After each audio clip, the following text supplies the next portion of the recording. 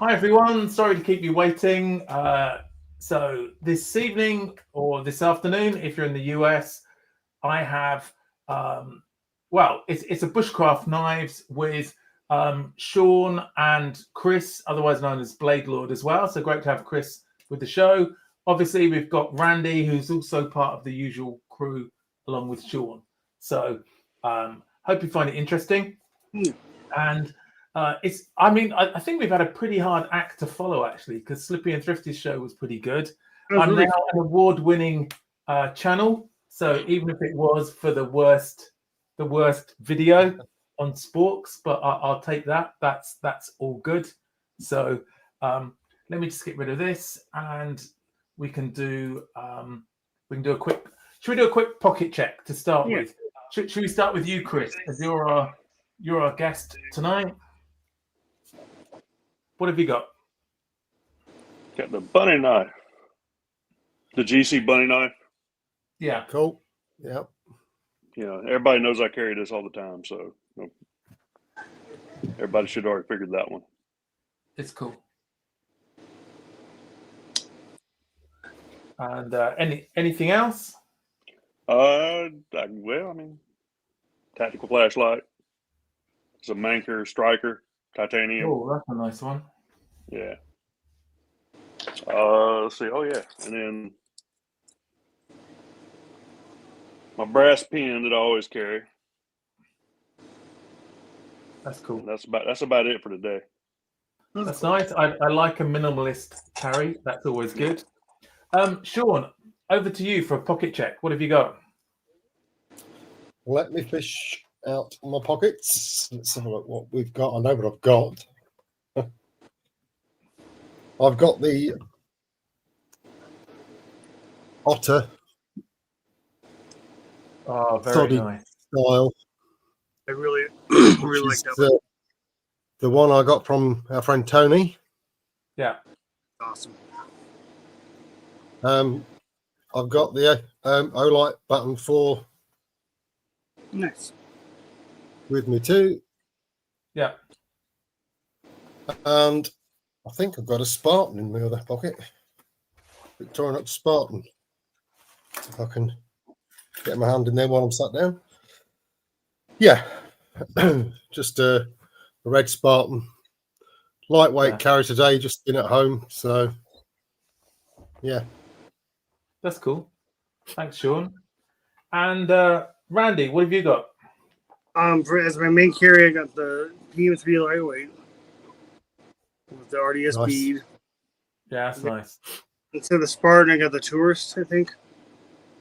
One step down, yeah, cool. 85 millimeter. Yeah. Slippy custom. I told him I'm carrying it a lot. And I'm sure he's glad you're carrying it because that's what he would want, yeah? It's got scratches, Slippy. Yeah. Unfortunately. But no, it all looks awesome in the sun, too, with that Cure Night. Yeah. That's cool. Anything else? No, that's it for me. Got my water. Trying to hydrate. Oh, that's good. We'll get on to drinks in a minute. So I'm still rocking this UK PK, and I just find it difficult not to have it in my pocket because I was using it to cut the wrapping paper to wrap some presents on Friday because it's just so slicey, and on the cutting board it worked well. Still my Midnight Manager, so love this thing. Again, I use this once or twice a day, and I'm on the Olight i1R2 Pro, and so a twist. And it's interesting. Slippy was talking about this, and I think I do like the iMini 2. This one.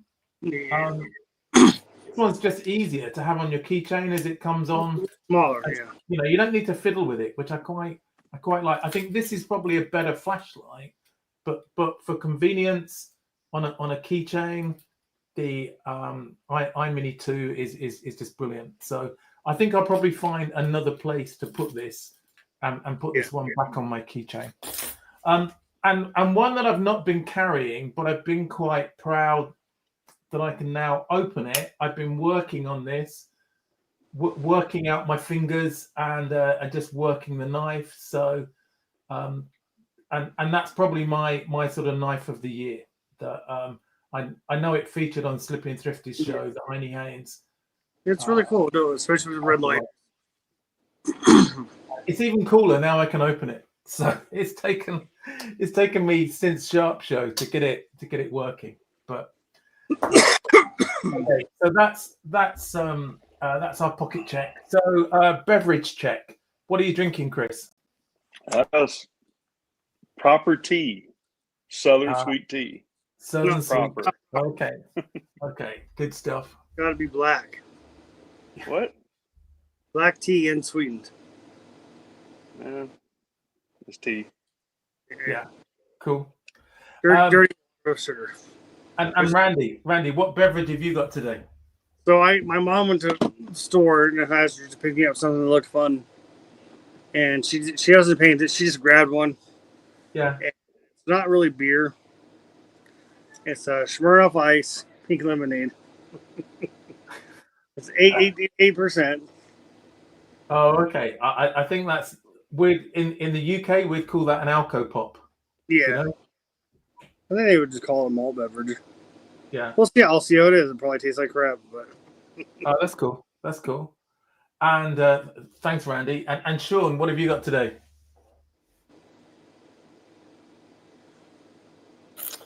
So I've got Diet Coke. Diet Coke. Okay. oh, nice. That's You're cool. killing, and I can't. I was just starting to worry if you were just feeling a little bit off. You know, maybe under the weather, because you know a few people are, and I am. But yeah, but and then but that's cool. And then I've got a lager too as well this time. So I had 3 birthday beers, and this one's a golden premium lager, so 4.3%. So not too bad. Probably a session ale, I would say this. So anyway, cheers everyone. I hope people are joining in at home, whether you have sweet tea or Coke or Pepsi or something a little bit stronger. Water, fine too. Yes. Because pretty much, because Sure. cheers everyone. Because most of the live streams are on in the evening, like Paddy's and like Slippy and Thrifty's is on at 6 p.m. UK time. Yeah. So I normally have a beer on the go while I'm watching those as well. Let's just have a quick look in the chat just to see who we've got. So Sure. Slippy's on Yorkshire tea. And Mikey's on PG cutting tips. Seems close. Anyway, good to have you both in the chat. Good to have Lynn here as well. And Dave. Nige, good to have you here as well. And Chuck. You know, when I first saw his name, that's the first thing I think of is T Jerk. T Jerk. Yeah. I know it wasn't right. Yeah, I've seen some of his comments. So in some of his comments, he can be a T Jerk. Yeah. So, but as we all can. And good to have Terry here as well. And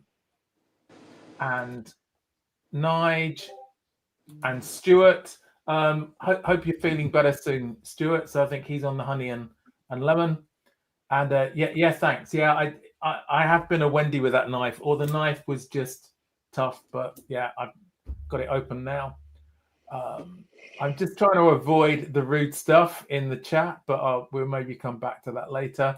Good to have Greg here as well. Yeah, thanks. If everybody can hit the like, it really helps the channel for that. And I think I've got most people. Let me know if I've missed anyone, Sean. And if you can keep an eye on the chat, Sean, that's... Griff. Great to have you here, Griff. And I think that's everybody. I've gone right to the top now. But yeah, please shout out in the chat, and hope everybody's having a good time. So this evening's show is about bushcraft knives. We thought we'd do something different. So be interesting to see what the guys here have come up with as bushcraft knives. Sean, do you want to show a couple of yours to start with? Yeah, sure. Yeah. That'd be great. So, I mean, bushcraft is something that covers a lot of different outdoor activities, doesn't it? So, I mean, I think generally speaking, when people talk about bushcraft, they think about Scandi grind blades, that type of thing. But there's lots of other knives you can use for bushcraft activities. I mean, I suppose it depends on what you're classing your activity as, whether it's actually bushcraft as in going out carving bits of wood and making spoons, or if it's camping, or just going out for the day and making a fire and putting a brew on, cooking some food, something like that. I mean, I've got to start, I guess, with the classic kind of Mora clipper. Yeah. This is one I've had a long time. It was it's the old style with the Frosts. This was before it was Frosts and Ericsson that went together to make what we now know as Mora. Cool. Yeah, and this one had this sort of diamond checkering on the handle. I don't know whether you can still get that now on the I don't think I've seen them. I've not seen it. I've not seen it, but yeah. But, I had that exact one myself. Yeah, they're a good knife. I mean, they're cheap, but they will get the job done. You know, they'll sort of cover you for sort of carving and all kinds of different sort of outdoor activities. But I also, one of my earlier ones was this one, which is a Norwegian one. Oh, cool. Oh, okay. Brusletto. Ah, okay. And it is quite a small blade on this.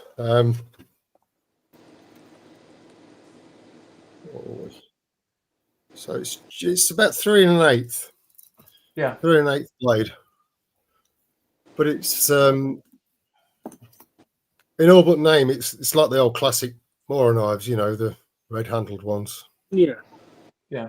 But it's a good steel. It's slightly thicker blade stock on this as well than you get on the equivalent Mora. It's quite a bit thicker too. That's beefy. Yeah, it is. But it's great little knife if you're doing any carving and stuff like that. It really takes a good edge and it bites in nice and deep.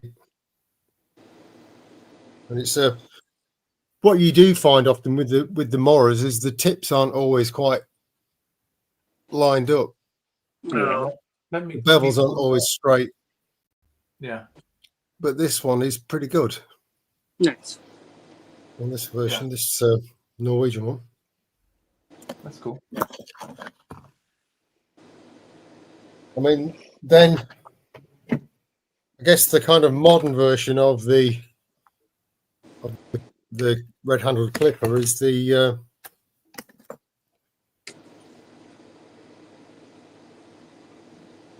this Mora knife, and this is the heavy-duty one with the thicker blade stock than the. Okay, yeah.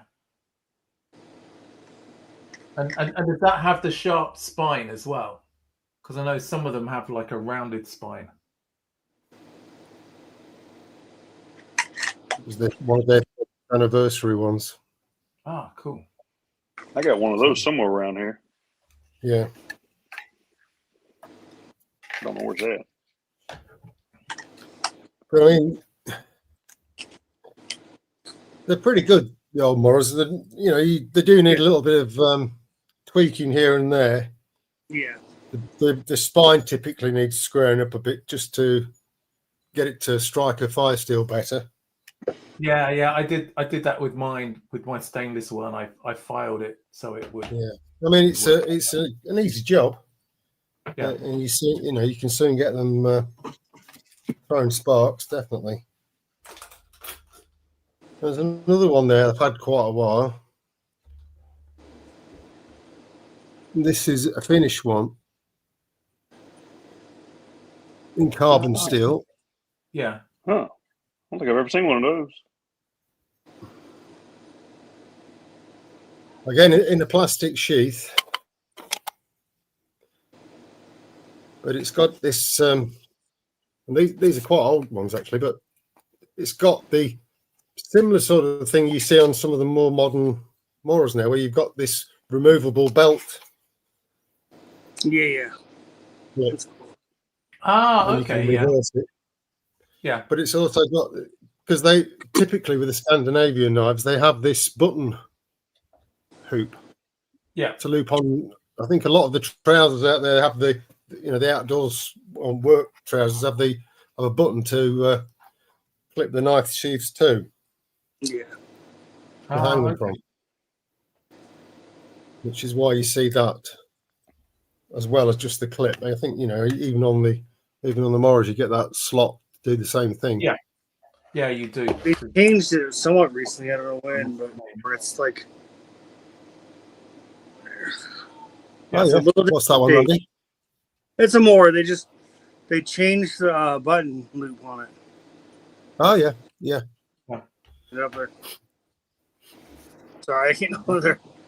Yeah. So they don't work with the older ones for some reason. No. I mean, they have a little hook on the front where you can put it on. It'd probably still work with like a button on your jacket or something though. Yeah. That's cool. So, does somebody else want to have a go? I mean, I've got plenty to go at, but you want to pass it on around to? Yeah. Let's come back, Chris. Do you want to put a thanks, Sean? Chris, do you want to show us a few, and then we'll go to Randy?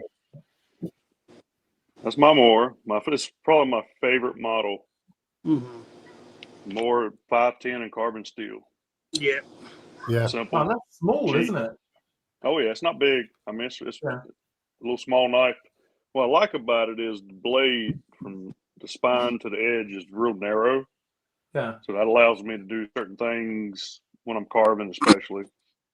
So that's definitely my favorite Moore of all time. Yeah. And then,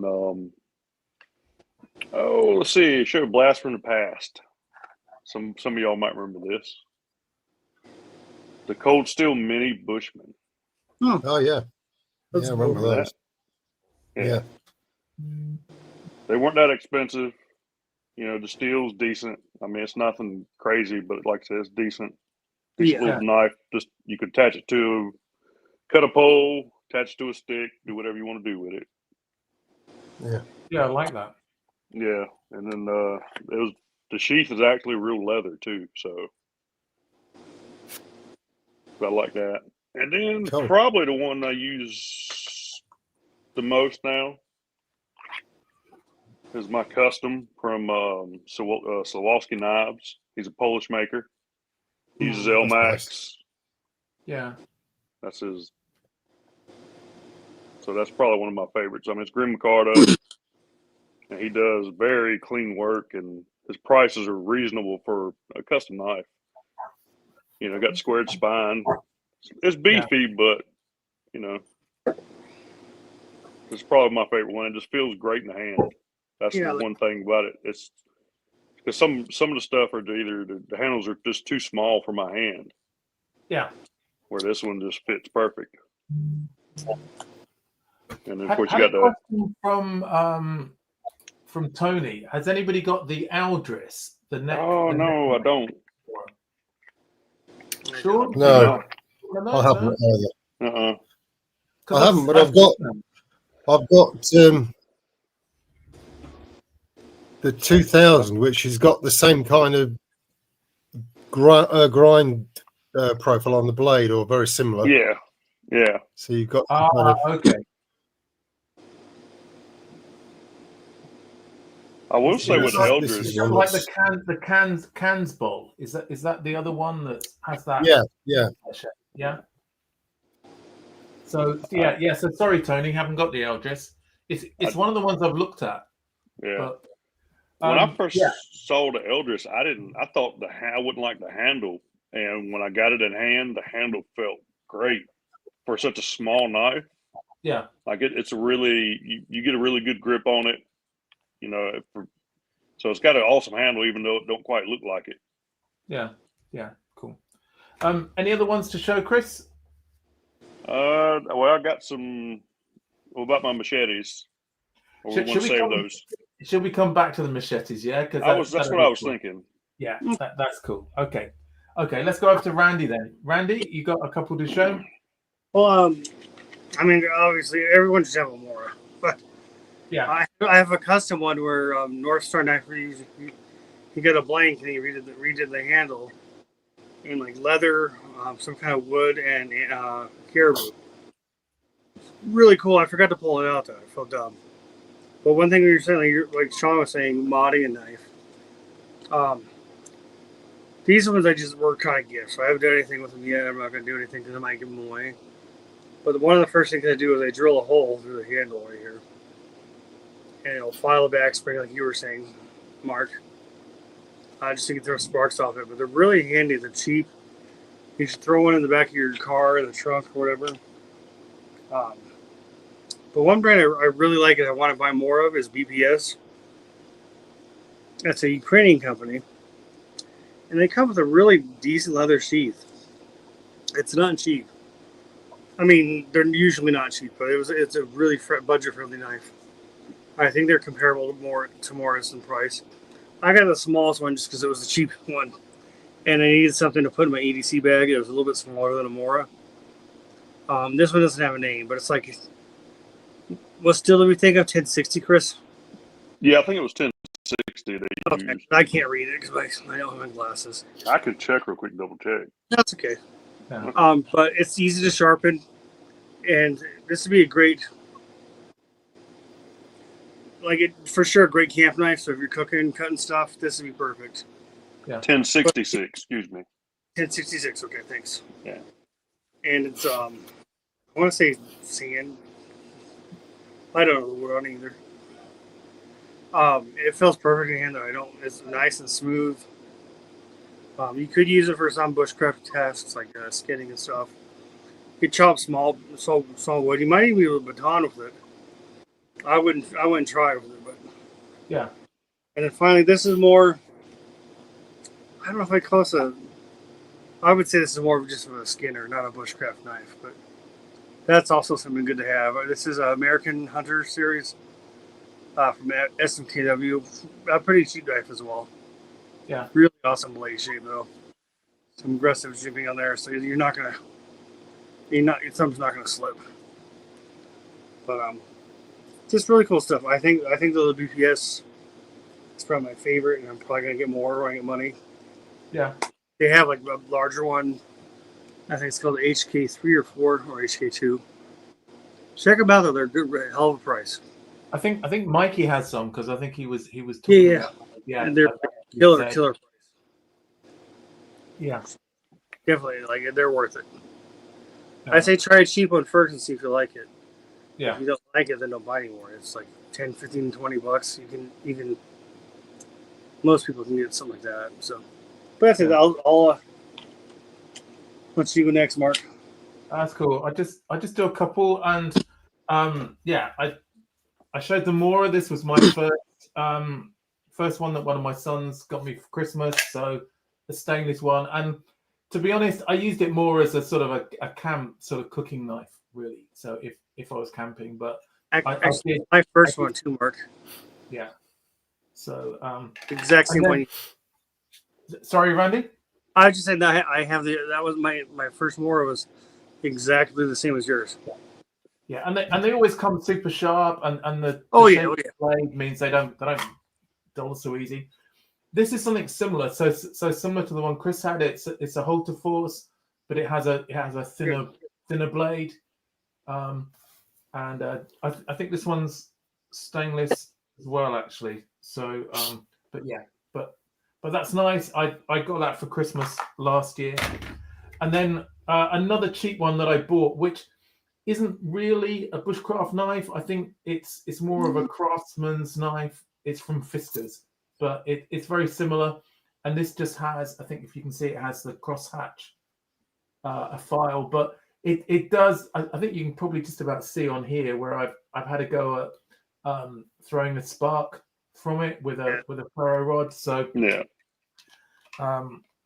And then just one of the other budget ones that I've got, which let me show it there, which was a recommendation from Mikey actually. So this was an AliExpress special. So brother, it's in 440C, and it's a really nice knife. I got it because it's full tang, and I think I paid about 13 or 14 pounds for this because it was my first purchase on AliExpress.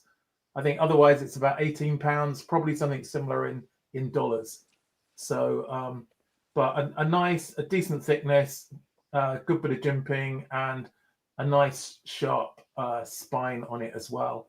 And it's got, I think they're micarta handles as well. I like But that. a cracking for a cheap knife.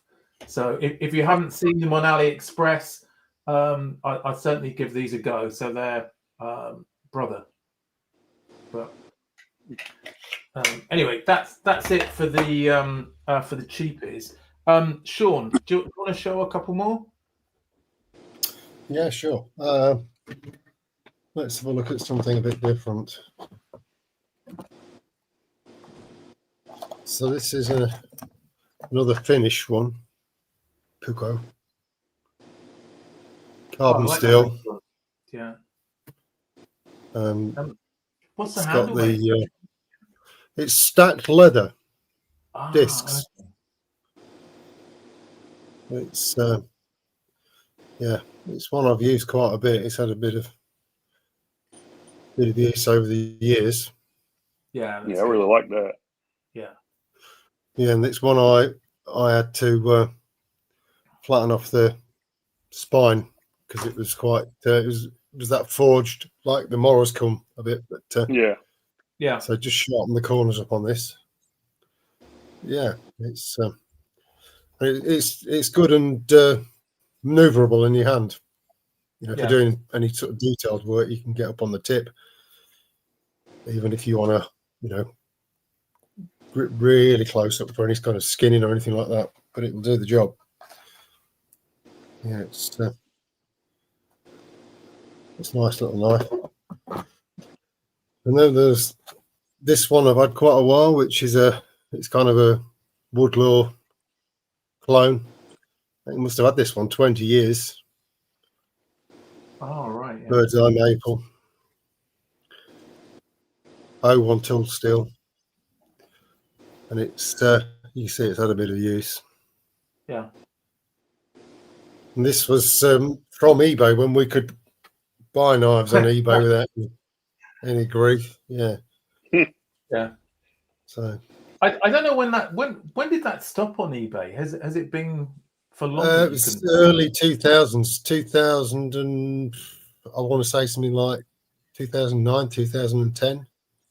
Oh, really? Oh, Not entirely sure. I know when we moved here in 2007, and I was still buying knives from eBay then for at least a couple of years. So it was sometime after that. But it's crazy. I don't think we're going to change it, but it's just crazy that you you can't buy knives from eBay, but you can go into any supermarket and buy kitchen knives, and it doesn't make sense.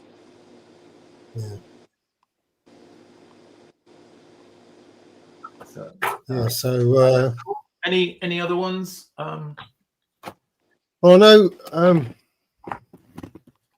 don't know whether I've shown this one before. I think I might have done. It's Bark River Aurora.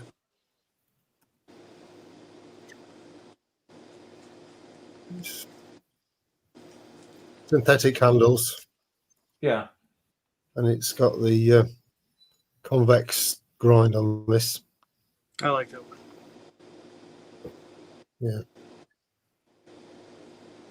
classic Coke bottle shape handle. Yeah. Yeah, it's quite a chunky boy, that one, isn't it? Yeah, to be honest, I find the handle a little bit thin, a little bit narrow for me. Right.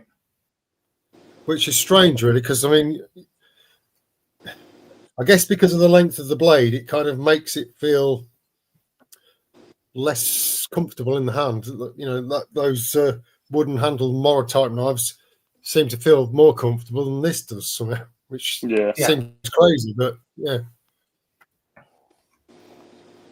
Yeah.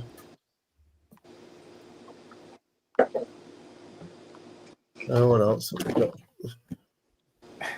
This is a little bit of a different one.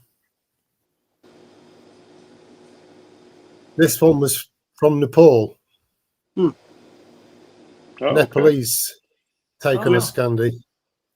Yeah. With the buffalo horn handle, yeah.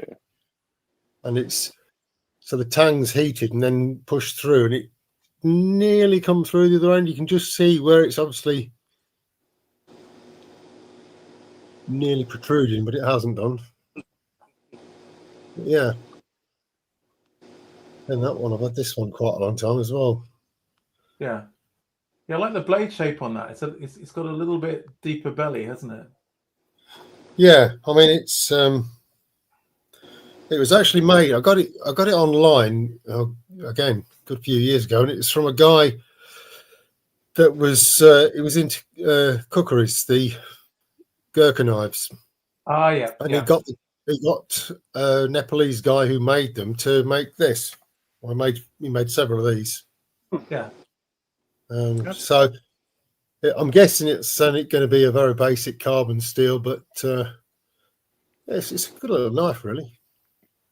Yeah. As Griff said earlier, guaranteed leaf spring. Yeah. Yeah. Well, there's not much wrong with that, though. It's gonna last, isn't it? Yeah. So. Yeah.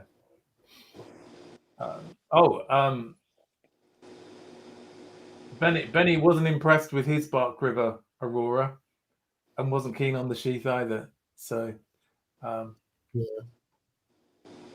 maybe you got a tough one.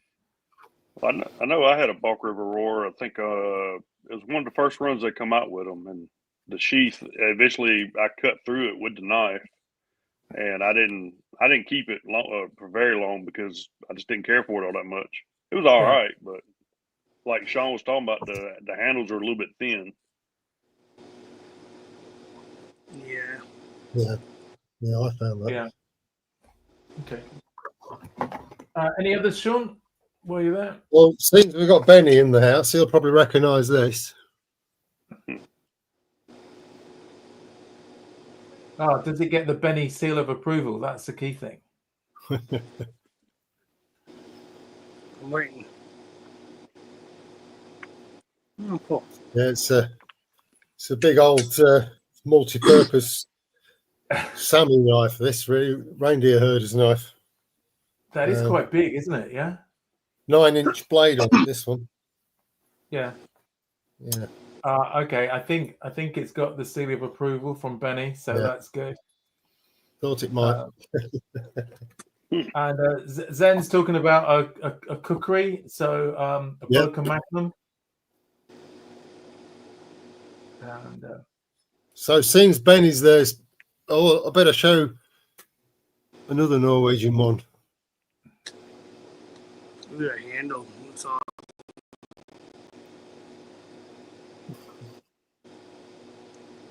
Very cool.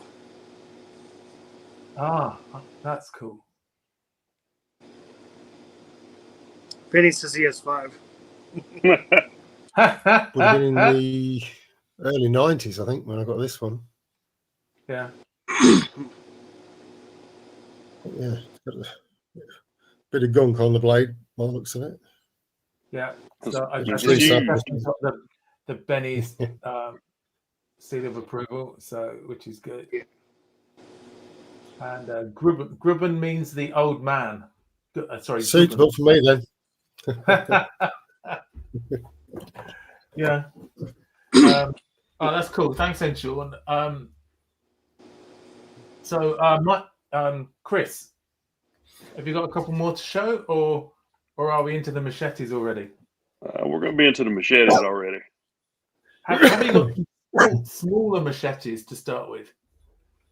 You want to see the machetes? Yeah, let's. I'm always excited to show off my machetes. Go on then. This is probably my least used one because it's older, very well, probably 50s, 60s Collins pattern. I actually got that one off eBay, and I'm gonna sharpen it up and get a sheath for it and use it eventually. But I mainly bought it to use it as a pattern to make custom machetes for myself one day. I mean, it's nothing. I mean, it's not really nothing special. It's just a machete. Cool. I like it a lot. Yeah. So, and like I said, that one don't get a use right now, but it will eventually. And then my other one, since we were talking about Bark River earlier, that's a little smaller machete that is right handy. It's made out of CPM 1V. So it's very tough, it's convex like Bark River usually does, 1/8 inch thick. Yeah. The only issue after this one is kind of what we talked about with the Aurora is the handle is a little bit thin for a machete, like really thin.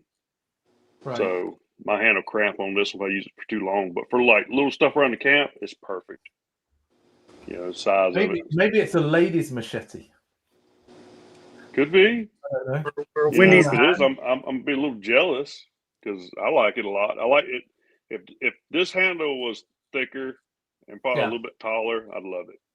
I mean, it'd be perfect for putting on your backpack and everything. And not to mention the 1V steel on this is super tough and holds the edge really well. So, and it's not hard to sharpen, at least in my opinion.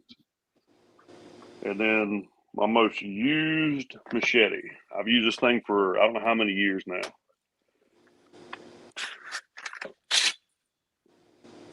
An EC Light machete. Because Essie had the Imacasa plant in El Salvador make the blades. Yeah. And then I think they had another company machine the handles, which is Micarta. Of course, I did cord wrap and impregnated it with super glue. So, I mean, that's the standard 18-inch machete that I use. I use it all the time. If I had to choose one knife for bushcraft or one blade for bushcraft, this would be it. Not a folder, not a fixed blade. This in my area anyway. And how thick is that then, Chris? It's probably 0.09, so quite a bit thinner than 1/8 inch. It's flexible. Yeah. And it's 1075 steel, so it's decent steel. It's plenty tough enough to do what we needed to do. I've chopped down trees with it, done stuff that you usually wouldn't do with a Latin machete, and this handled all of it just fine. Yeah. So, like I said, this is the one blade I would carry above all others. That's and cool. they don't even make this model anymore, sadly. Yeah. And if y'all figured it out, I'm a big time machete guy, and it's mostly just due to where I live in southern U.S. Yeah. And that's all my machetes I have right now. Okay, that's cool. Thanks, Chris. And Randy, do you want to go next? Yeah. Hang on. Sean, do you want to just show us that, and then we go? Yeah, there we go. So this, I just saw Nigel's comment. This is an old MOD style tree beater. Martindale, I think it was, Birmingham. Yeah. Very soft steel on these though. Yeah. But quick to resharpen though. You're quick to sharpen, yeah. And this really needs reprofiling a bit more. I did do some work with it years ago, but yeah. It has got quite a chunky handle though, which is better for my size hands. But cool. Yeah, it's basic, let's say. Yeah. So I can imagine these got used for all sorts of things other than cutting trees and digging holes and all sorts.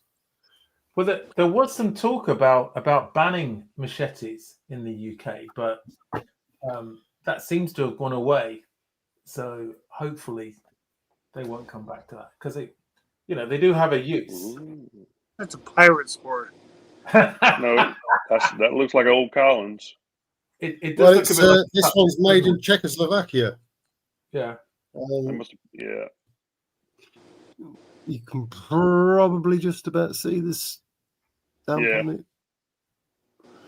Oh, This is just I need extra wide screen.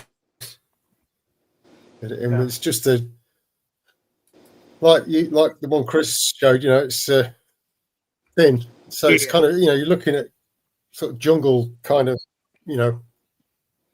jungle rainforest type environment, really, where this would sort of excel, I should imagine.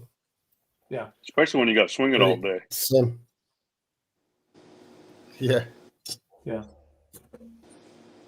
Yeah, that's cool. Thanks, Sean. Sorry, Randy. Over to you. That's fine. Well, I was gonna say all my machete. I never use a machete ever, so I give them all to my nephew. Yeah. I was at the thrift shop though, and I found this really cool one. It was pretty big. And I think it was made from a leaf spring or something like that. Really thick. For like $10, made in India, but it was awesome. It was handmade. It was custom. But I've never had to use one. I do got a really cool one to show you though. I mean, not just the knife, but the story behind it.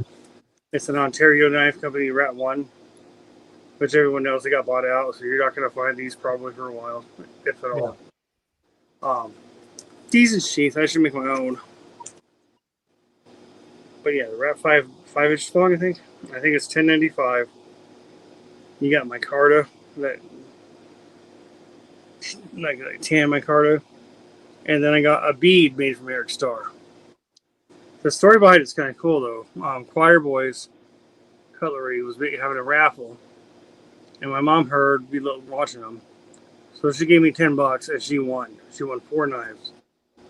Right. And this is one of them. So this came from Choir Boys. Went to my mom. Eric Starr bone bead on it.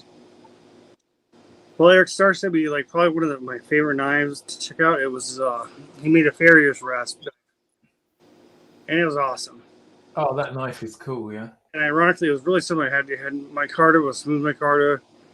He threw one of his beads on it, a really cool one. Sent it to me to check out, and I loved it. I loved it so much. And he sent that, or I sent that to Scab to check out. So it was like kind of almost like a full circle. Granted, 2 different knives. Yeah. This one my friend gave me. I haven't tried it out yet. It's a Straight. I don't even know the name of it. SCHF10. I think I'm pretty sure it's G10. Very aggressive. Good jipping on the handle and on the blade. It's really heavy though. It almost feels like it's twice as heavy as this. It's probably not. It's probably a little less, but this would be a hell of a chopper. Yeah. I would imagine you can baton both those with this one. You're going to be able to chop wood with that one if you had to. A really cool knife. Like I said, I haven't tried it out yet, but I love it. It's nice how generous people are in this community. So. But go ahead. I'll make it short so you can go back. Let's go to you. Okay, sure. I'll just. I'm running out. Out. I'll just put up one quickly, and then I can go back to another one in a bit. This is the only hunter's knife I have. Which I've done a few times now. This came from Sharp Show, so it's Aitor. Really Spanish one. Yeah. Very similar profile, isn't it? Yeah. But I quite like that. I haven't tried it out for anything at all outside yet, but I will do. Not that I'm likely to be hunting, but I thought it could be useful for a few bushcraft things. I mean, that was one of the things that it'd be interesting to see what people think. What are some of the qualities of a good bushcraft knife? So I get a lot of comments saying, like, 1095, they say it sucks. 1066 sucks. It's too soft. So they get, you need magna cut or you need whatever super steel. And I disagree. I think you need to have something you can easily sharpen. Because eventually the super steel is going to go dull, and if you can't sharpen it, or just mention the time it takes to sharpen it. Yeah. That was one thing. So I think a softer steel, like carbon steel. Right. You have to pay more attention to it, but that's it. Yeah. Any other thoughts on what makes a good bushcraft I'll knife?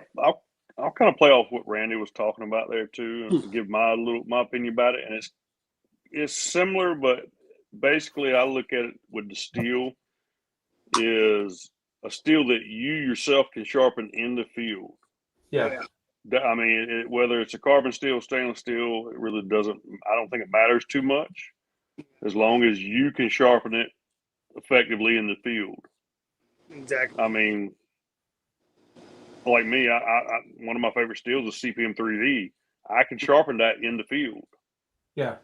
And so, I mean, like the LMAX custom bushcraft knife I got from Poland, and this is an LMAX, I can sharpen that in the field. Now, does everybody want to put that, a little more time and spend a little more money on sharpening supplies to carry with them? No, that's fine. It's just depending on your personal preference and perspective. Yeah. And as far as anything else goes, I mean, a bushcraft knife, I mean, that's in my opinion, it's a pretty broad term. So with me, I don't much care for the scanty ground like everybody else does. I don't mind it, but I generally prefer a full height flat grind. So something like that is what I prefer. Yeah. And like I said, it's just whatever works for you. It can be, whatever it could be be your bushcraft knife, as long as you can maintain it. Yeah.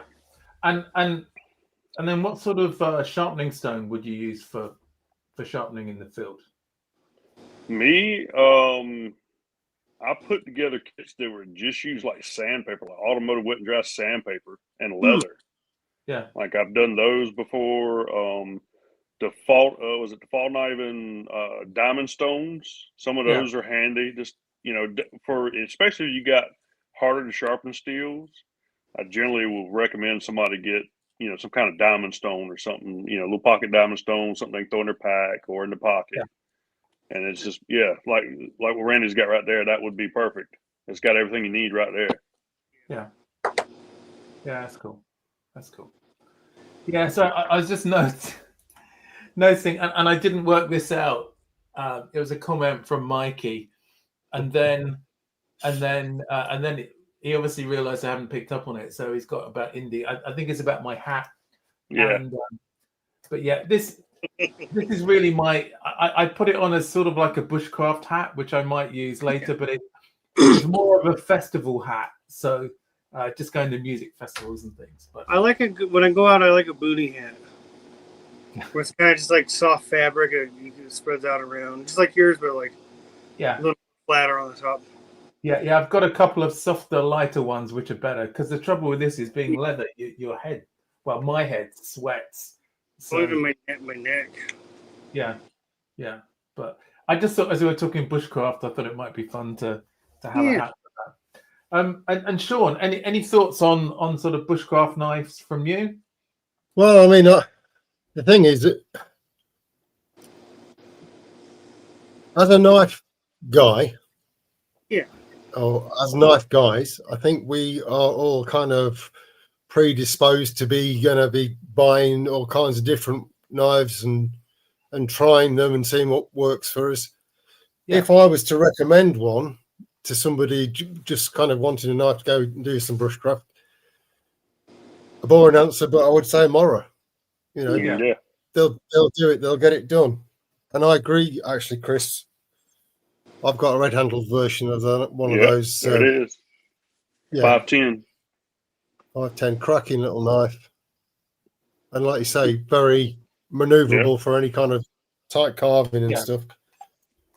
Because let's face it, when you're out, if you're going out, let's say you're going camping or you're going out for a day walking in the woods or or whatever, what one person's going to do with a knife is going to or their knife to do for them is going to be different to another person.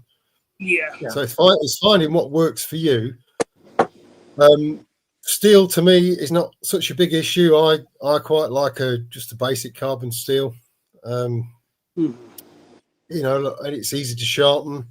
If I was going to go off somewhere on a long-term trip, say I might be a bit more picky about what I wanted to take, steel-wise, what the balance between a bit longer edge retention, but still maintaining a fairly easy degree of resharpening as well.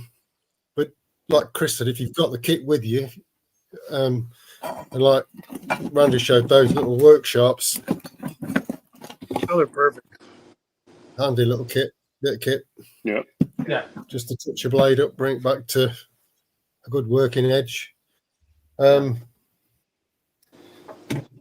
I did mention, but Chris and I were talking the other night about the old kind of trade knives from. Yeah. That's pretty cool. So this, years ago, these were sort of knives that were probably gone outdoors and done some work with. Yeah. In the wilds. Yeah, something like that is all you need. Yeah. I agree. I was just looking in the chat, and I think Gus, as usual, makes one of the best points here. The most important thing is getting outside and practicing. Yeah. And I know it's something that I've, since the weather's turned a bit in the UK, I haven't been out much at all. We've had a couple of trips with our kids, and we've been looking for wood to do a bit of carving and stuff like that. But just haven't really been out on that. So it's something I want to try and do, especially over Christmas. Is just getting out and doing some stuff. So thanks, Gus. That was a great point. Oh yeah. I agree. And I think Benny's saying, he likes a Scandi grind for sort of whittling and splitting wood, 3 to 4 millimeters thick and a 10 centimeter long blade, which I guess 10 centimeters is about 4 inches. Yeah. 4 inches. Yeah. And I think that's where a lot of manufacturers actually get it wrong with the Scandi grind is they put it on the blade stock is too thick, and it just doesn't work that well when you put it on a thick blade. And I don't know if anybody saw Paddy and Judd's Bushcraft. Video. Yeah. It was Paddy's electric mini chainsaw. Then he put a chainsaw. That's fine. If car camping, that's fine. But yeah. I see that Tony's talking about a pocket chainsaw. I don't know if he means one of those hand ones that you pull. Yeah, that's probably what he means. So everyone uses those wrong. I have one of those somewhere, but mine's a Temu one, so it's probably not going to cut through anything. But when I read and stuff, you're not supposed to do it like this. Yeah. You get like a really thick branch, and you make some notches on it. And you bend it and hook the rings up from the saw onto the branch, so you have a bow saw. Ah, okay. Oh, that's a good idea. Yeah. So I think I might get a proper one of those. That's great. They have a chain one too. It's like a chainsaw, but it's hand. Yeah. Those are a bit more tough. And sorry for the guys who aren't in the UK, but this looks like a good suggestion for a Christmas meetup. Well, that'd be fun, yeah. Yeah, I was offered the chance to go up Helvellyn between Christmas and New Year because my sons are going with one of their friends, but I decided to wait until it's summer because I'm not going to try and keep up with 3 lads who are half my age going up a tricky. There's a few tricky scrambles there. I've done it, but about 20 years ago. But yeah. So just talking about bushcraft saws. I got this one for, I think it was either for Father's Day or a Christmas, I think. Oh yeah, from my son. So a roughneck saw. So these are always good. Yeah. I mean, the only thing to watch out is you've got to make sure you've got your hands out of the way, because one of my son's friends nearly cut his thumb off with one. Oh, I know that had to hurt. He's only just getting it. It's still not quite working properly. So, you know, please be careful, because these teeth are super sharp, and you know. Anyway, And that one looks like it's based on the Japanese folding saws. Yeah, it is. It's I think it's a pull cut. So this is just a cheap copy. It's a roughneck, but they're they're decent. But it's always good to have a saw as well. Yeah. Just before we go to some other stuff, any other customs or any other bushcraft or fixed blade knives to show? I'm running down just a few, so I got what I wanted to show though. Okay. Let's go with you first, and then. Yeah, this is a Huntsman. It was a gift from Steel City Martin. Really cool knife. It has a pocket clip on it though. And it has plus scales. More importantly, it has a saw. Let me see if I can pull it out. Try and pull it out. Sometimes I can't get it because my fingers are all messed up. But it has a really nice aggressive saw. Yeah. And you see the orange on it. The bottom part is fire tinder, and up here is actual fire steel. Yeah. And I think the one with the best angles on it is the saw. You can potentially start a fire with that. Just something really handy to have if you have, again, the small tasks. Yeah. You can do some really fine feathering with it with one of these. There's tons of uses. Yeah. Plus, it has all the other tools on it. But handy. And then the other one I was going to show, I already showed it, but I think having like a little pocket sharpener with diamond stones. This one comes with a strop with a diamond stone, and then ceramic rod, and the plates are removable. So you can this one you can just trade, but this side has a little compartment. So we can get it open. It has a little compartment, so you can put like a little thing of oil in there, some kind of cloth, whatever. Or some stropping compound, yeah. Yeah, something. Yeah, it's really cool. Okay. Yeah, that's cool. Or you can sharpen your fishing hooks with that one too. Yeah. So really, really handy to have. Oh, nice. Yeah, it's got a hand chainsaw. Yeah. That's it. I got maybe one more later. Yeah, and Zen was saying a saw is essential, and the silk is, I think, a standard. Barco, they're. I'll just show two more real quick, Mark. Yeah, of course. And then this is a lot by last two. First one is the Fjord, and really badass knife. It comes super sharp, friction folder. Again, another knife for small tasks, feathering. Yeah. Like if I use it as a skinner, but speaking of skinners, especially for fish, I have a custom knife. This is my mom's other knife.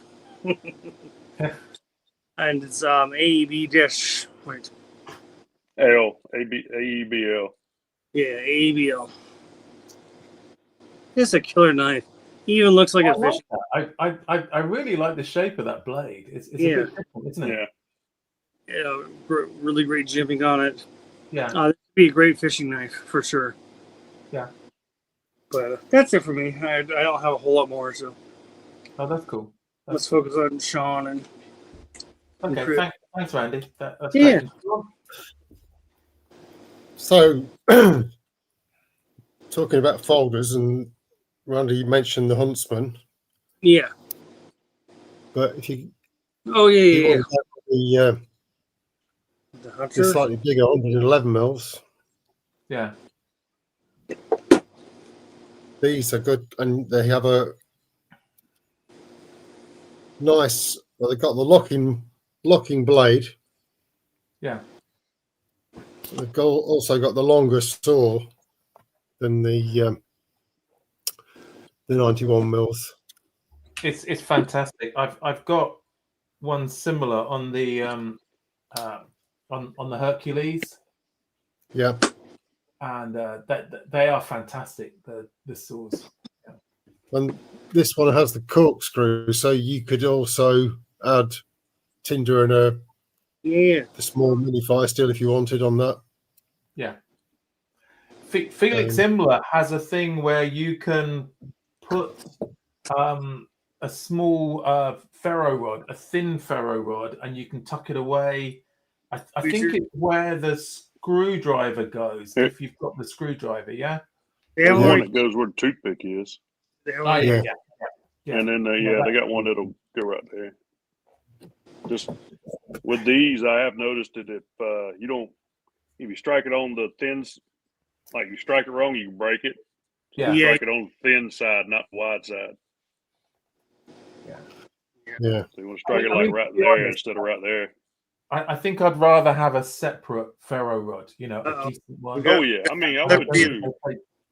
They don't take up too much. Hey, Paddy, great to have you here. There's my separate ferro rod.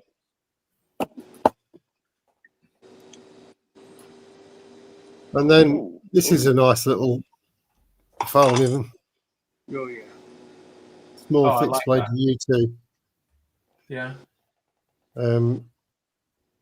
Which is just small, lightweight, but it's got the powdered steel on this. I can't remember what it's bloody called. But yeah, good little knife. I got this one. I got this one for 30 quid second hand. Mind you, it was a few years ago. Yeah. Off one of the old Blade Forum marketplaces. And yeah, cracking little blade. Good luck trying to get it for that price now. Yeah. Yeah, I've seen them. They're quite pricey now. Here's another old one. This is an Eka. And I can't remember the model of this, but this is unusual. So it's Swedish. Yeah. You might just got to make that out. But this one's the non-locking version. Ah, okay. Because they do them with the lockback as well. And these are quite nice little. Yeah. Nice, very thin. They're good for sort of skinning, dressing game. Yeah. It's not a true Scandi grind. It's got a saber grind really, more than a Scandi grind. Ah, okay. But yeah, nice and comfortable with the wooden handle though. Yeah.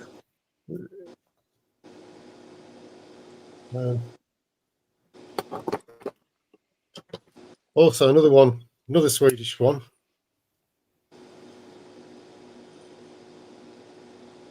That's cool. I like the handle on that. Yeah. That's pretty cool. Brass liners. And the lock on this. That's good, yeah. It's this tab at the end where the lanyard hole is. You press that and it releases the locking mechanism on it. Oh, nice. That's cool. Yeah. I don't know whether they make these anymore. It was an old one I had. Yeah. But it was one that I got carried when I was out and about. Yeah. Also, some of these old.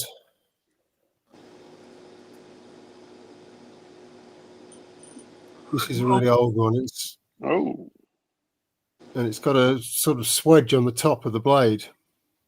Ah, yeah.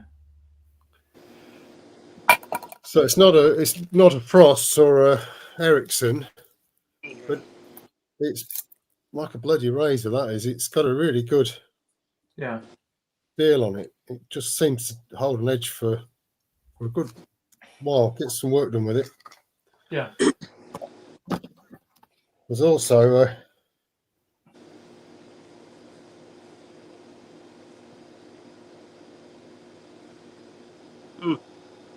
Johnson, Sweden. This is a bit longer blade on this though.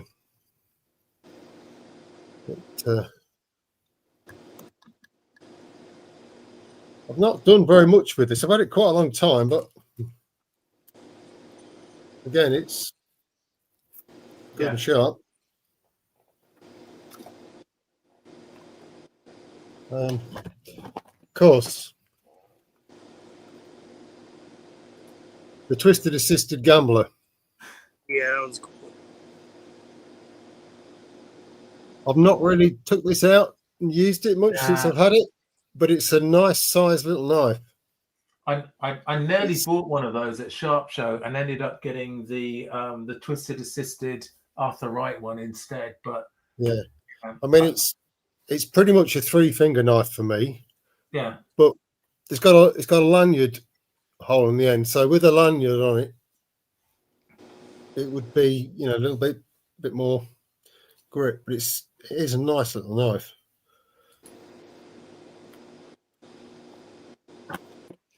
Yeah. Another one. This is another finished one. Martini, yeah.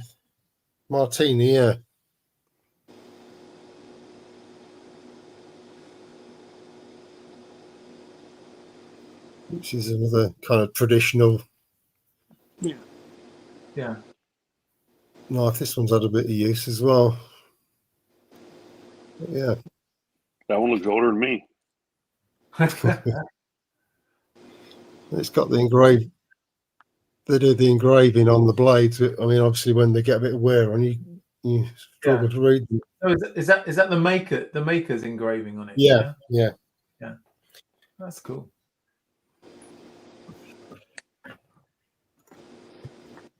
And also,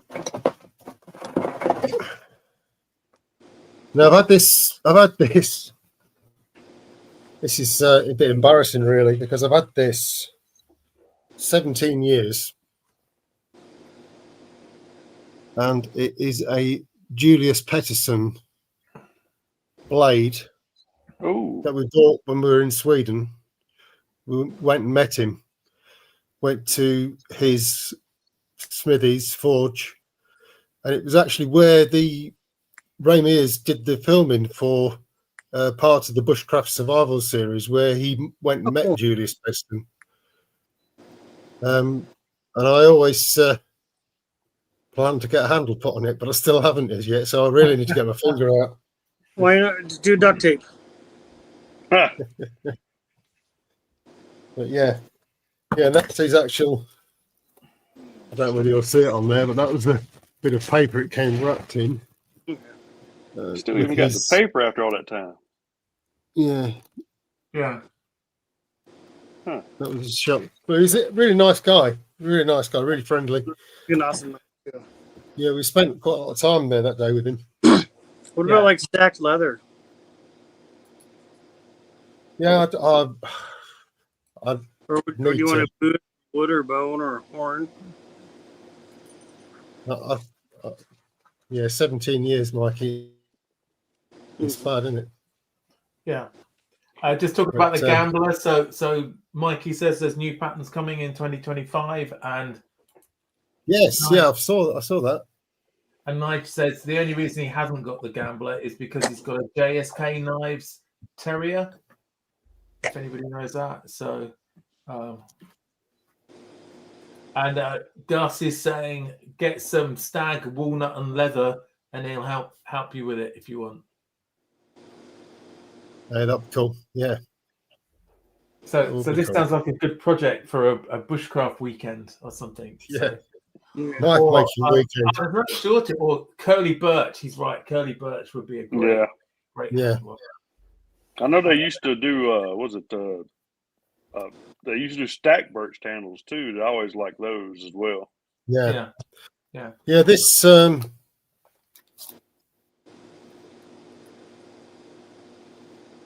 I'm going to totally butcher this if I try and pronounce it, but it's I think it's Izaki.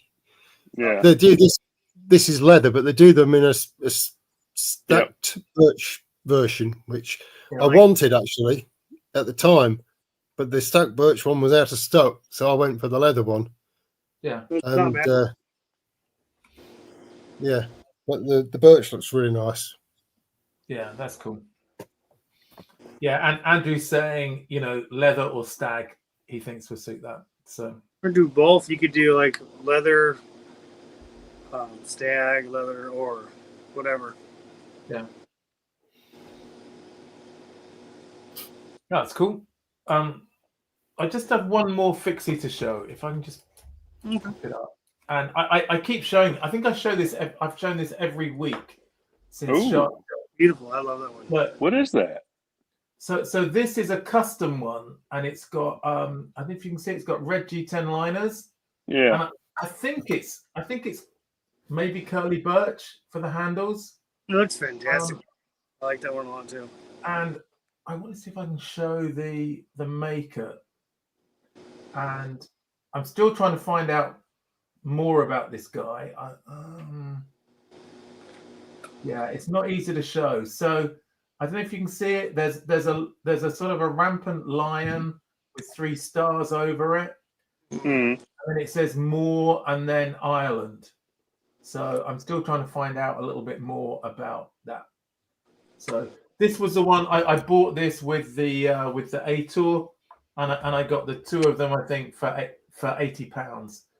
And ooh, I like that. I found a little bit about this on some Irish sort of bulletin board type things, and some of these seem to go for about £200 or £300, or they did originally. But I think this has hardly been used. I guess it's a skinning knife because it's fairly thin.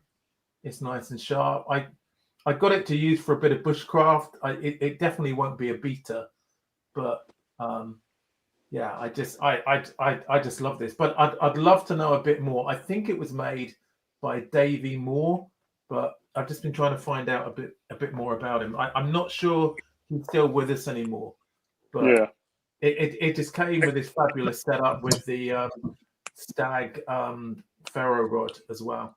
I think you got a deal on that. Looks like I think I did. I just fell in love with it when I saw it as well. So I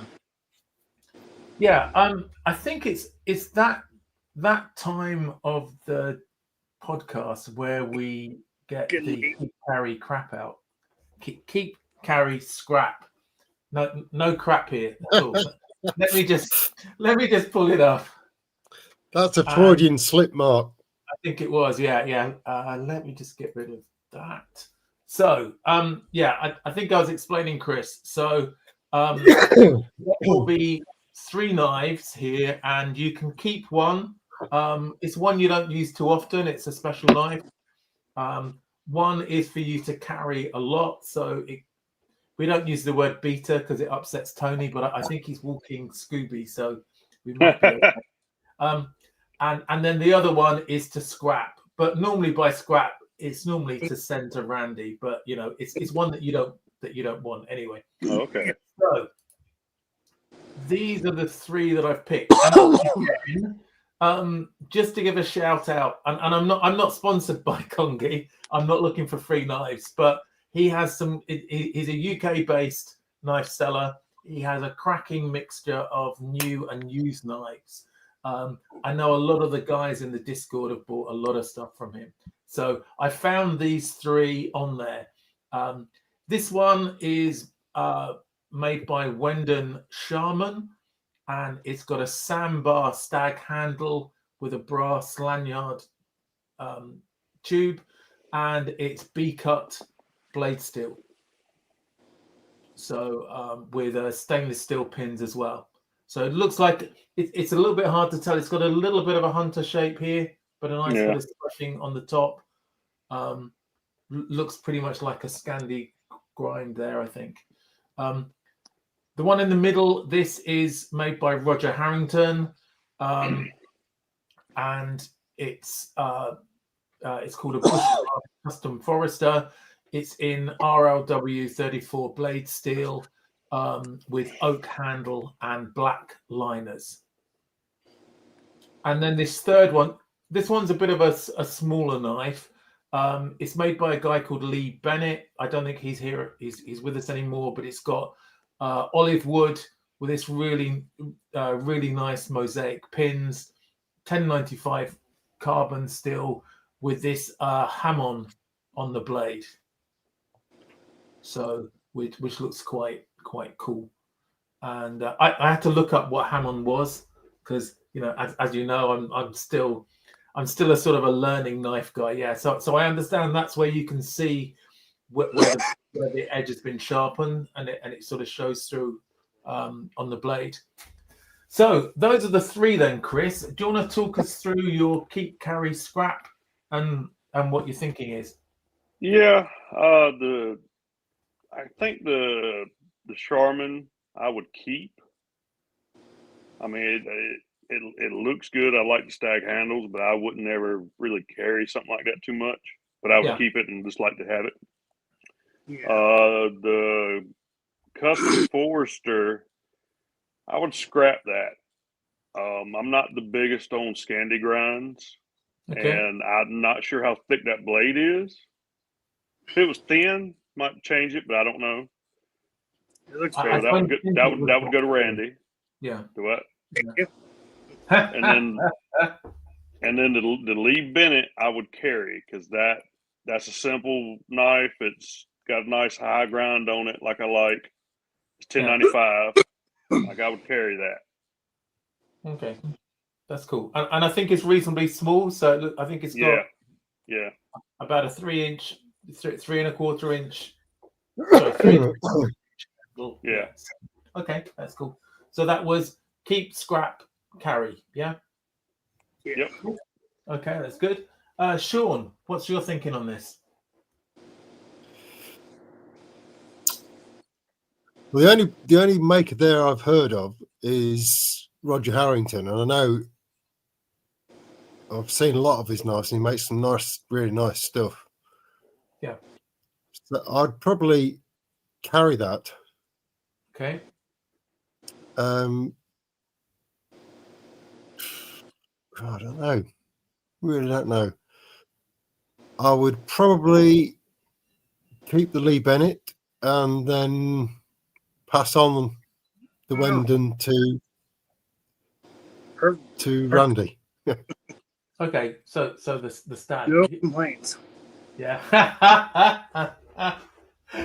Thanks, Sean. So that was carry, keep, scrap. Well, scrap, carry, keep. Yeah. Yeah. Yeah. Okay. And Randy, what is? So the keep is for me. It was pretty easy. It was to keep the Wendon Charmin. I'm not sure. Like I've never heard of RWL 34 steel. I don't know how it is. And I prefer smaller knives. That's why I got that BBS. So I probably keep the Wendon, scrap the Harrington, and use the Bennett. Yeah. So keep, scrap, carry. That's exactly what I was thinking. Keep, scrap, carry as well. Just looking here, we've got. I think Benny was the first one in with this, so he was saying keep, carry, and give to Randy. Thank you. So Mikey said scrap, carry, keep, scrap, carry, keep. Yeah, that's a good. Chirk has got carry the Lee, keep the Wendon, and give the Roger to BadeLord. Oh, so he agrees with most of us.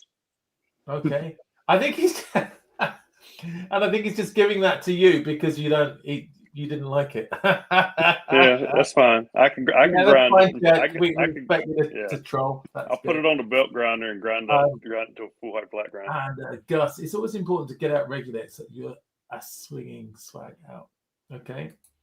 Yeah, I think there's a typo there.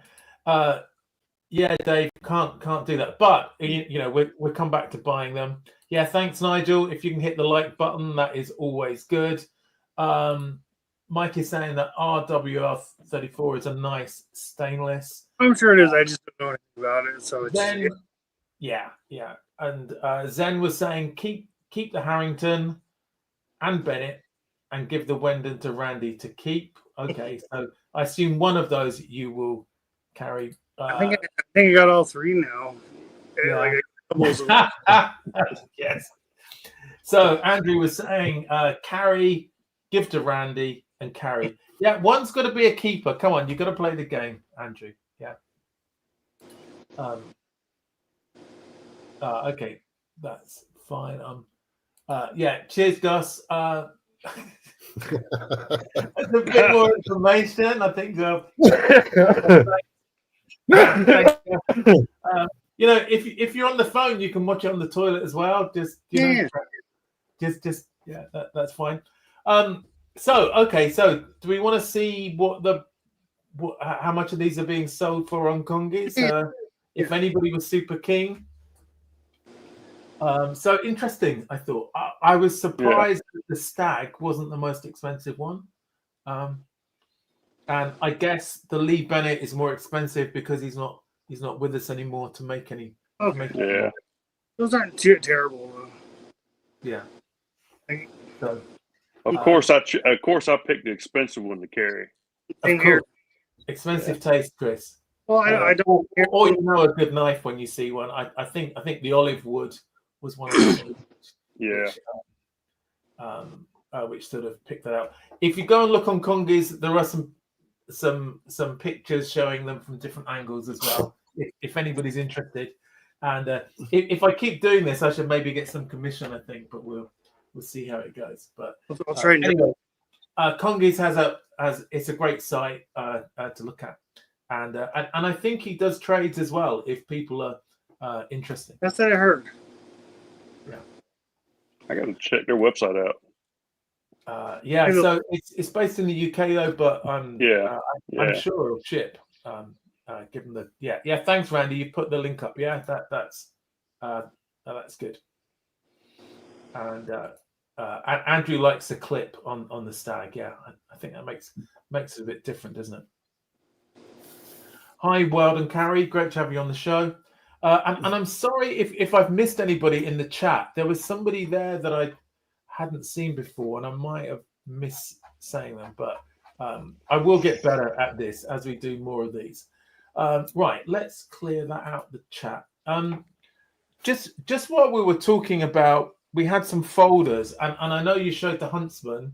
The other one is the Farmer X. It has the same.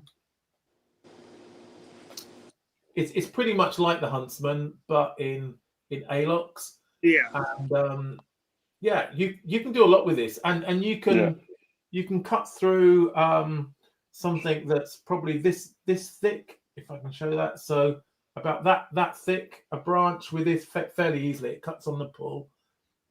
Greenwood, it goes through pretty easily, so that's always useful.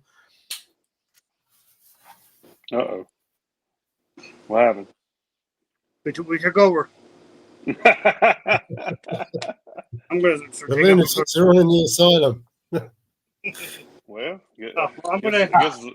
Sorry. I nudged my mouse and I threw myself out. Just one of the other things. I might have shown this before, but this is my fire kit, and the one knife I have in here, which I always complain about, is the Open-L. Yeah. But I think what is really good, and I just need to be careful because I'm indoors, but it does make sparks fairly fairly easy. Actually, I probably won't throw sparks because it's always good to have like a little yeah. like a So travel kit and like a first aid kit. yeah, But but I throw mine in the trash. a little fixed blade.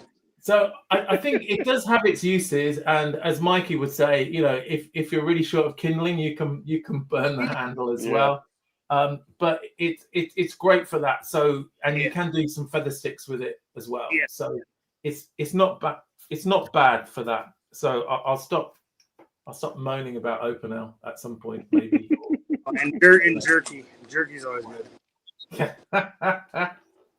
Anyway, so any other ones that you think are useful for bushcraft? Well, there's tons of stuff that we could get into, like having a hatchet or a tomahawk or something. But I did have a hatchet. Where did I put my hatchet? I'm not gonna put. Yeah, here it is. Yeah, There you so go. Always have a hatchet. Like, why chop with a knife when you can chop with a hatchet? Yeah. Well, Sean's got all of them over there where he's at. Yeah. Do you want to show those? I've shown mine before, Sean. Mine's a halter force that I got from my birthday, but yeah. Do you want to show those, Sean? Yep. So this is also a halter's force, the hunter's pattern. Yeah. And this was one I picked up while we were in Sweden. That's perfect. I like it. Yeah. That would have been, a few years ago, but also a couple of custom ones as well. Oh, that's nice. Yeah. Oh, that's nice.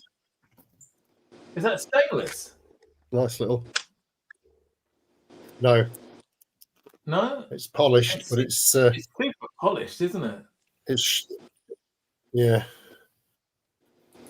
it's very sharp, let's say.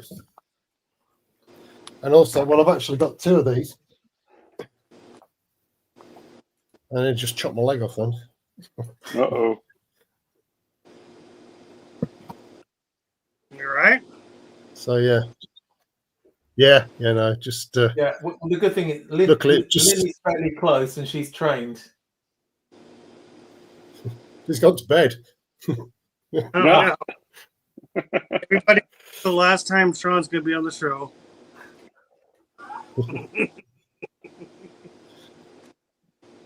Oh yeah.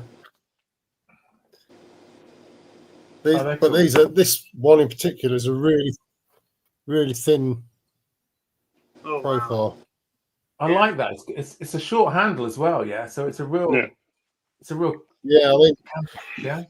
This was kind of designed sort of for hunting, really, as well, so that you could, at a push, you could probably even clean game with it.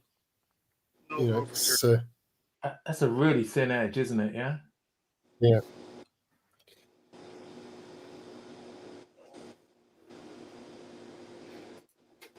It's great to have. It's great to have Toad in the house as well. So. Yeah. Dave. Canadian Dave. Oh, that is a great idea. I don't know. Maybe Mikey, who's besties with the Arthur Wright. So I don't know if they make any tools like that anymore. So, no, sure. Hopefully, Sean isn't, and if it was, it would just be a flesh wound. So no, it just kind of snagged on my trouser leg. The axe, that is. And yeah, it didn't bite flesh. It didn't actually bite flesh, but I just my half cheeks puckered a bit for a second because oh yeah. See, you near the femoral artery. Oh. Luckily, I wouldn't feel it if it hit my foot. Nice recovery, Sean. That's good. That's good to know. And I was looking for it, but I have got a sort of a leather protector that you can put on your leg if you're doing stuff with a knife or an axe, just to contain Chaps. it. But You got a pair of chaps, Mark. Yeah. They're coming, Sean. I got a pair of leather chaps for you. I Go haven't with your got those hat. yet, but I mean the other thing to think about is just having some decent leather gloves. I've got some that are just thin leather, but they do protect your hand. And the number of sort of cuts I've got on these, where I've been doing stuff, I've been whittling, and I was using a glove when I was making a spoon, or I've got some other ones here. These are some Chinese ones, but they're hand landy ones, but they're not bad. They're mesh on the back, and they're the way you need it. You get some thick ones at like hardware stores, like $2 or $3 still. You're over here. Yeah, but they're just worth it. So. No, I learned to wear gloves when I was starting to flint nap. Yeah. Flint nap from Obsidian. I tried to do it without the gloves. That was a bad idea. It's not a good idea. It's not a good idea. And but Benny is saying he used his Hestra Skullman gloves. It's something that at some point I will get some better gloves. I've just been trying out some cheaper ones just to start with, but having put a small axe through part of my thumb last year chopping kindling for our pizza oven, it's better to wear gloves than not. So I try and always wear gloves. So I think we're getting near the end now. Any other last bushcraft knives to show? Or I got one to show. Well, I actually got two. I got two. Yeah. Go on then. Let's Chris. Yeah. So everybody's showing a Swiss Army knife. That's mine. It's just a Ranger. Nothing special about it. Got the tender, screwdriver, and I have like the stick pin. Also, you got a lot of room in these Swiss Army knives to put more stuff. Yeah. A lot of people don't realize that. Like I have a safety pin. I got some extra wire in there, rare earth magnets. I got all kinds of stuff in there. Stuff I don't even remember what I have in there so much. So these are always handy, and especially the wood saw. That's always comes in handy. And then probably if I had to pair something else with my machete, it would be this. The GEC Bullbuster, or pretty much like any good sod buster style pattern. It's just a simple knife. It works. And I can do everything with this and my machete in my area that I need to do. I mean, it's not too thin, nice and comfortable. Got plenty, and they even making a lockback version if anybody ever wanted a lock-in version if they wanted to be safer, which personally I don't have a problem with, the strength on this. I've never had it close on me or had any issues with it. So that would be that's my version of a folding bushcraft knife right there. Yeah. Or as some people call it, a pre-broken knife. Yeah. So it's cool. Both good options for sure. Interesting. That's cool. Yeah, thanks. And as Dave said, so Felix Imler's got some great videos about putting tons of really cool stuff. Yeah.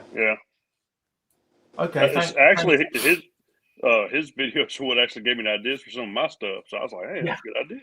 Yeah. I mean, I'd recommend Felix.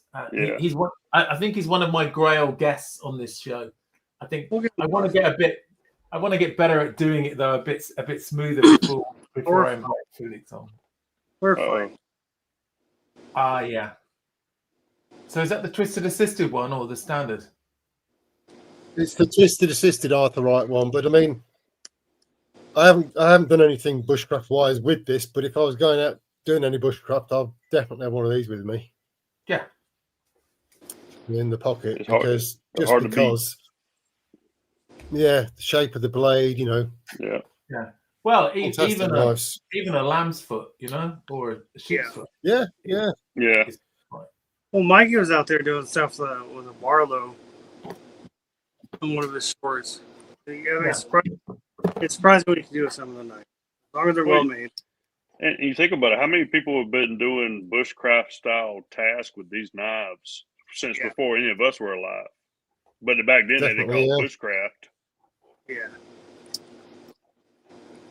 Yeah. It's my dream. It's my dream, Dave, to get Felix on. It'll probably help if I start asking him, but I'm working up to it. But actually, just real quick, I'm just gonna plug a video of mine. A long time ago, for like 6-7 years ago, this guy made a basically a bushcraft kit based on Ötzi the Iceman, 10,000-year-old frozen guy. Yeah. And I decided to copy it, so I figured I'm just gonna throw it in there. It's really cool, and not just to promote me, but I'd love to see you guys, those of you who have channels, to do something like that. It was really cool. To do your modern take, do an ancient take, it don't matter. Yeah, it'd be cool. It'd be a cool video. It was simple, but it was also it was comprehensive too. Yeah. So I just threw that in the chat. Yeah. That's good. Do watch that. And Randy put out an open tag that I don't think many people answered. So and I know I didn't. I felt bad, but yeah, that's a good. But I think it'll be really fun to see you guys. Yeah, and cheers, Paddy. Great to have you watching. It's always good. See you, Paddy. Anything else, Sean? Anything else to show? Well, slightly deviating, but if you're going out doing any bushcraft, these little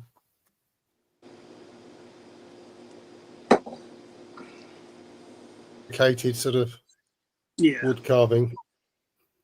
Okay, yeah. It's for Floyd or whatever they call them, knives. But going back to, where is it? Zen was saying about Kepler, and that's another one of those similar type of designs. An old Sheffield one. This is. It's. I like that one. No idea about its age. So I've also got the other one I showed earlier, which is that one, which is just slightly different, slightly smaller. Where did you find those knives at, Sean? Well, I've been picking knives up for years, Chris, and to be absolutely honest, I can't remember where I got these. Yeah. That's this is a Wolstenholme. Okay. This is a Wolstenholme one. It's a bit bigger. I mean, these were more of a kind of butcher's type knife, but yeah. Back in the day, they would have got used and taken out and about as well, you know. Yeah. Yeah.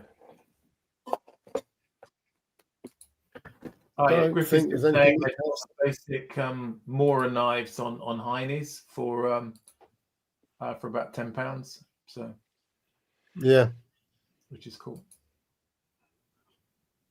It's hard to beat that price. Yeah. Yeah.